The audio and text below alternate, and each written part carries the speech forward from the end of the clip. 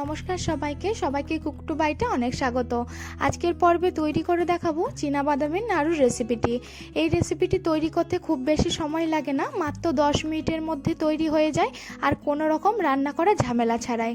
চলুন তাহলে দেখে নিই জন্মাষ্টমী স্পেশাল এই চীনাবাদামের নাড়ুর রেসিপিটি। এর জন্য সবার প্রথমে দিয়ে দিচ্ছি একটা বড় বাটির 1 বাটি চীনাবাদাম। এখানে কিন্তু চীনাবাদামটা ভাজার জন্য কোনো রকম তেল দেওয়া চলবে না, তেল ছাড়াই চীনাবাদামটাকে ভেজে নিতে হবে। চীনাবাদাম যেহেতু সহজলভ্য, তাই খুব কম খরচে আর খুব কম সময়ে আপনার বাড়িতে যে কোনো সময় এই চীনাবাদামের নাড়ুর রেসিপিটি তৈরি করে নিতে পারবেন। এখানে গ্যাসের ফ্লেম মিডিয়ামে রেখে চীনাবাদামটাকে অনবরত নাড়াচাড়া করে ভেজে নিতে হবে। কিছুক্ষণ ভেজে নেওয়ার পর দেখতে পাবেন চীনাবাদামের কালারটা চেঞ্জ হয়ে গেছে, আর চীনাবাদামটা যখন ফাটতে শুরু করবে তখন বুঝে নেবেন চীনাবাদামটা ভাজা হয়ে গেছে। এরপর চীনাবাদামগুলো আমি থালাতে ঢেলে নিচ্ছি। এরপর চীনাবাদামটা কিছুক্ষণ ঠান্ডা করে নিয়েছি। এরপর চীনাবাদাম থেকে খোলাগুলো ছাড়িয়ে নেব। এর জন্য এখানে আমি একটা সুতির কাপড় নিয়েছি। এবার সুতির কাপড়ের সাহায্যে চীনাবাদামগুলো নিয়ে হাতের সাহায্যে এভাবে ঘষে নিলেই খুব কম সময়ই দেখতে পাবেন চীনাবাদাম থেকে খোলাগুলো ছেড়ে আসছে। এভাবে করে আমি চীনাবাদাম থেকে সব খোলাগুলো ছাড়িয়ে নিয়েছি। এই ট্রিক্সটা আপনারা ফলো করতে পারেন। এরপর এখানে আমি একটা ব্লেন্ডার জার নিয়ে নিয়েছি। তারপর দিয়ে দিচ্ছি চীনাবাদামগুলো। তারপর দিচ্ছি 4 চামচের মতো চিনি। আপনারা এখানে আপনাদের স্বাদ মতো চিনিটা বাড়িয়ে কমিয়ে নিতে পারেন। প্রথমে 1-2 সেকেন্ডের জন্য চীনাবাদামটাকে ঘুরিয়ে নেব।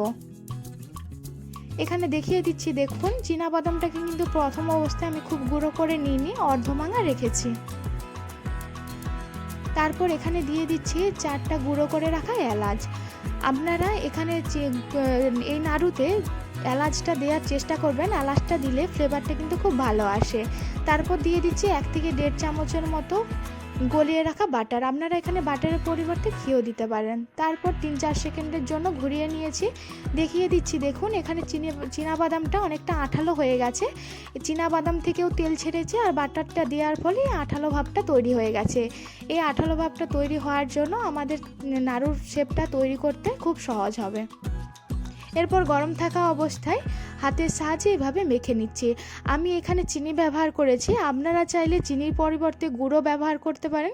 এখানে গুড় ব্যবহার করলে নাড়ুতে কালারটা আরও ভালো আসবে। এভাবে হাত দিয়ে মেখে নাড়ুর শেপ আমি তৈরি করে নেব।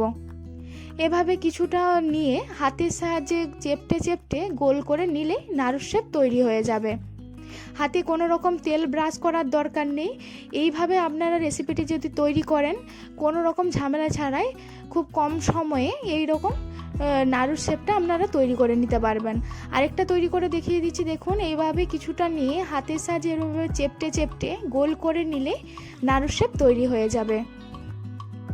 আমার অনুরোধ রইল আপনারা অবশ্যই বাড়িতে একবার এই চীনাবাদামের নাড়ু রেসিপিটি তৈরি করে দেখবেন। ভিডিওটি কেমন লাগলো অবশ্যই কমেন্ট করে জানাবেন। ভিডিওটি যদি ভালো লেগে থাকে লাইক, কমেন্ট, শেয়ার, সাবস্ক্রাইব করে পাশে থাকবেন। আবার একটা নতুন ভিডিওর সাথে দেখা হবে। ভিডিওটি শেষ অবধি দেখার জন্য সবাইকে অনেক ধন্যবাদ।